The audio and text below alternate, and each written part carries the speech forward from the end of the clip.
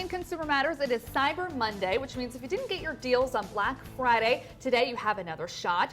But of course, with the internet comes some concerns. Jonathan Rajewski joins us now. So Jonathan, you are a man of many titles. Tell us how you know so much about cybersecurity.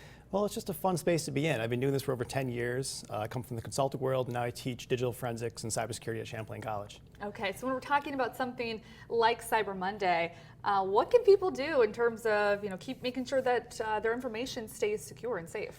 I think most people are going to be browsing from their mobile devices. So one thing you can do that's really simple is before you make that purchase, just switch over to your cellular connection. Okay. Most people talk about encrypting Wi-Fi, and that's somewhat technical to some people. Okay. So if you're not sure if your Wi-Fi is encrypted, switch over to cellular before you make the purchase. Okay, good information. I did not know to do that. What else in terms of some of the things that you were mentioning before we started that is sort of new this year that's raising concerns? One of the trends in malware variants is something called ransomware. And what that will do is if you click an unsuspecting email and it downloads to your system, what it will do is encrypt all of the files that you really care about. Pictures, photos, documents, spreadsheets, things like that. And then it will hold it ransom until you pay that. Or you have to refresh your entire machine.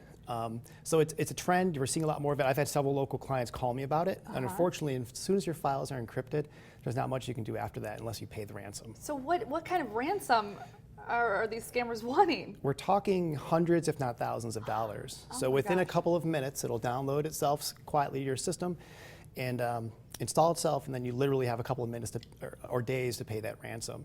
The one thing you can do to try to keep yourself from falling victim to this is keeping your system up to date, having an ad blocker installed, things like that. Okay. And now when we're just on these random sites, is it safe to put in our credit card information? Or what information maybe isn't safe to give out?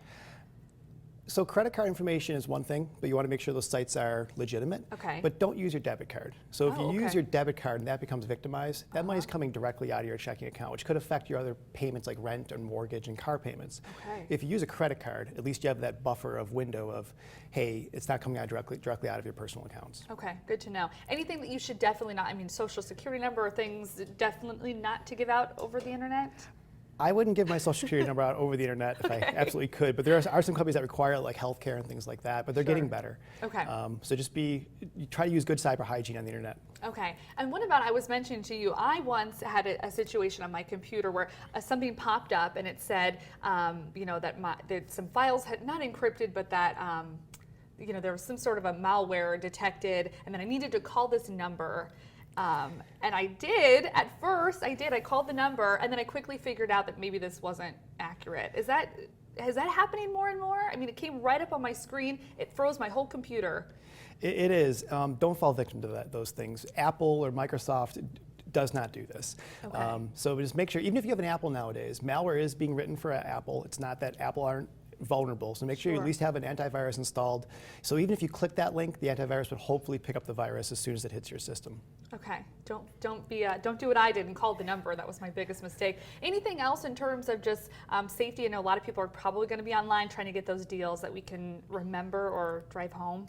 I think don't be afraid to shop online. Okay. It's usually a safe place, and just do so. If you see something that's a red flag, just click the X. Don't go into that area, and be safe. Okay, that's the other thing too. If something pops up and you think, oh, can you just exit out of it or shut down your computer? What do you do if you feel like you may have clicked on something that you shouldn't have? You can do that, and typically, in order for the malware to run, it needs to hit your system, and you have to click something. Okay.